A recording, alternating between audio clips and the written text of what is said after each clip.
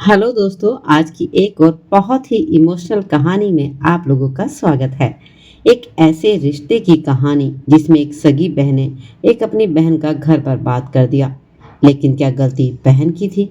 यही सब जानने के लिए आप कहानी को अंत तक ज़रूर सुनिएगा। और कहानी थोड़ी सी भी पसंद आए तो प्लीज़ चैनल को लाइक, सब्सक्राइब और शेयर करना ज़रूर। हेलो दोस्तों, मैं हूँ नेहा। मेरी ये कहानी मेरी ज़िंदगी की सबसे कड़वी, सबसे मधुर और सबसे शर्मनाक हकीकत है। आप इसे कहानी समझिए, लेकिन मेरे लिए ये एक ऐसा सच है जिससे मैं ताउम्र भाग नहीं सकी। और इस कहानी की शुरुआत होती है मेरी दीदी की शादी से। मेरी दीदी पूजा मुझसे 5 साल बड़ी है। जब उनकी शादी रवि जीजा जी से हुई, मैं बस 15 साल की थी।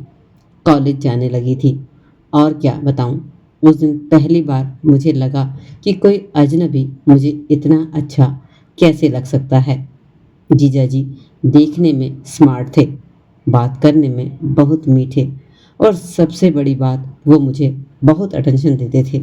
पहले तो मुझे लगता था कि वो सिर्फ मुझे अपनी छोटी साली समझते हैं, लेकिन धीरे धीरे उनकी नज़रें कुछ और ही कहने लगी। दीदी की शादी को 2 साल हो चुके थे। मैं अब 17 साल की हो चुकी थी। एक दिन गर्मियों की छुट्टियों में दीदी के ससुराल गई। वहाँ दीदी को बुखार था और जीजा जी ने मुझसे कहा, नेहा ज़रा चाय बना दोगी मेरे लिए? मैं रसोई में गई। तभी पीछे से जीजा जी आकर बोले, नेहा तुम बड़ी सुंदर हो गई हो। पहले तो बच्ची थी, अब तो लड़की बन गई हो। मैं हक्की बक्की रह गई। कुछ समझ नहीं आया, हंसकर टाल दिया। लेकिन वो पहला मौका नहीं था। मैंने जीजा जी की वो पहली लाइन तो हंसकर टाल दी थी। लेकिन सच कहूँ, उस दिन से उनके लिए दिल में कुछ अजीब सा महसूस होने लगा था।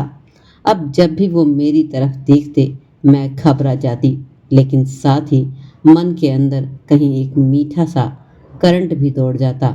एक रात जिक्र है, दीदी की तबीयत ठीक नहीं थी और वो अपने कमरे में आराम कर रही थी। मैं छत पर टहल रही थी। गर्मियों की छुट्टियों की वो शांत रात, खुला आसमान और मन में कई उलझने सवाल।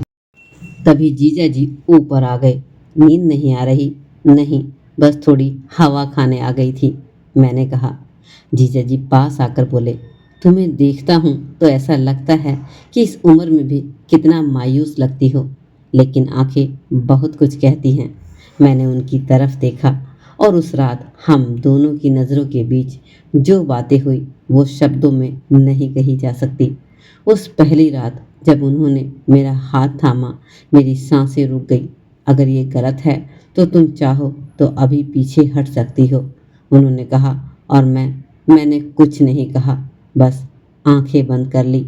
और वही रात हमारे रिश्ते की वो पहली सीढ़ी थी जहाँ से गिरना तय था। अगले कुछ हफ्तों में हम जब भी मौका मिलता चुपके से मिलते। वो प्यार करते, मैं इश्क में डूबती जाती। दीदी को कोई शक न हो, इसलिए मैं उनके सामने और ज़्यादा भोली बनने लगी। जीजा जी मुझे रोज़ फ़ोन करते, मैसेज करते और यहाँ तक कि कहने लगे, काश तुमसे ही शादी हुई होती।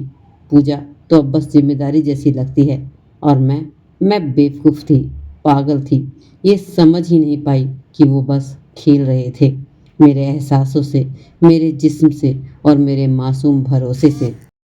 ट्विस्ट तब आया जब मुझे पता चला कि मैं प्रेग्नेंट हूँ। हाँ, उस एक गलती ने मेरी ज़िंदगी को नर्क बना दिया। मैंने जीजा जी को बताया तो उन्होंने पहली बार मुझे ज़ोर से डांटा, नेहा पागल हो गई हो? अब मैं क्या करूँ? मेरा घर बर्बाद हो जाएगा। तो क्या मेरा कुछ नहीं? मैंने चिल्लाकर पूछा। आभूषण करवा लो और ये बात किसी को मत बताना। मैं टूट गई। जिस इंसान को मैं अपना मान बैठी थी, वो अब मुझसे पीछा छुड़ाना चाहता था। दीदी मेरी अपनी सगी बहन, अगर उन्हें कुछ भी पता चलता वो मर जाती। और मैं अंदर से रोज़ मर रही थी। अब मैं टूट चुकी थी। हर तरफ अंधेरा था और उसके बीच मैं अकेली खड़ी थी, एक नाजायज रिश्ते का बोझ अपने शरीर और आत्मा पर लिए। मैंने तय कर लिया, अबॉर्शन नहीं करवाऊंगी। वो बच्चा चाहे जैसे आया हो, लेकिन अब मेरी जिम्मेदारी है। जीजा को मैंने आखिरी बार फ़ोन किया। मैंने फैसला कर लिया है, अब मैं खुद से भागूंगी नहीं। वो गुस्से में बोले, नेहा, तुम्हें अंदाज़ा भी है कि तुम क्या कर रही हो? तुम मेरी बीवी की बहन हो और अब तुम मेरा नाम खराब करोगी। तुम्हारा नाम तो उसी दिन खराब हो गया था जब तुमने अपने रिश्ते को रौंद कर मेरे साथ ये सब किया था। मैंने पहली बार चिल्लाकर जवाब दिया। अब मेरे पास कोई चारा ही नहीं था। मैंने अपनी मम्मी को सब कुछ बता दिया। वो सदमे में थी, गुस्से में थी, लेकिन उन्होंने मेरा साथ नहीं छोड़ा। उधर जीजा जी ने सब कुछ बचाने के लिए दीदी को सच्चाई खुद बता दी, लेकिन झूठ के साथ। नेहा ने मुझ पर जबरदस्ती आरोप लगाए हैं। वो पागल हो गई है, मुझसे शादी करना चाहती है। दीदी टूट गई। उन्होंने मुझे फ़ोन कर गालियाँ दी, कहा, तूने मेरी ज़िंदगी बर्बाद कर दी, तू मेरी सगी बहन नहीं है। मैंने सब कुछ खो दिया था, अपना प्यार, अपनी बहन, अपना आत्मसम्मान। लेकिन हाँ, मैंने एक नई ज़िंदगी पाई अपने बेटे के रूप में। मैंने उस बच्चे को जन्म दिया, उसका नाम रखा आरव। वो मेरी दुनिया बन गया।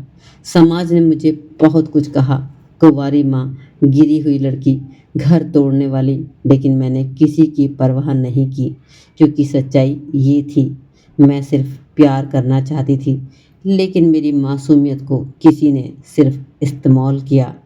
आज 8 साल बाद मैं एक स्कूल में पढ़ाती हूँ। आरव अब क्लास 3 में है। वो जब पूछता है, पापा कहाँ हैं, तो मैं कहती हूँ, वो बहुत दूर हैं बेटा, लेकिन मैं हूँ ना, तुम्हारे लिए मम्मी भी हूँ और पापा भी। कभी कभी रात चुपचाप रो लेती हूँ, लेकिन फिर अपने बेटे को देखकर खुद को संभाल लेती हूँ। तो दोस्तों, इस कहानी से हमें यह सीख मिलती है कि कभी भी किसी भी रिश्ते को बिना समझे उस हद तक मत ले जाओ जहाँ से लौटना नामुमकिन हो जाए। प्यार अगर सच्चा हो तो कभी छुपाना नहीं पड़ता, और अगर छुपाना पड़े तो वो प्यार नहीं, धोखा है। तो दोस्तों, अपनी राय कमेंट में ज़रूर बताइए कि आप इस कहानी के बारे में क्या सोचते हैं, गलती किसकी थी, ज़रूर कमेंट कीजिएगा। और अच्छी लगी तो लाइक आपने कर दिया होगा, चैनल को सब्सक्राइब भी कर दीजिए, शेयर भी कर दीजिए।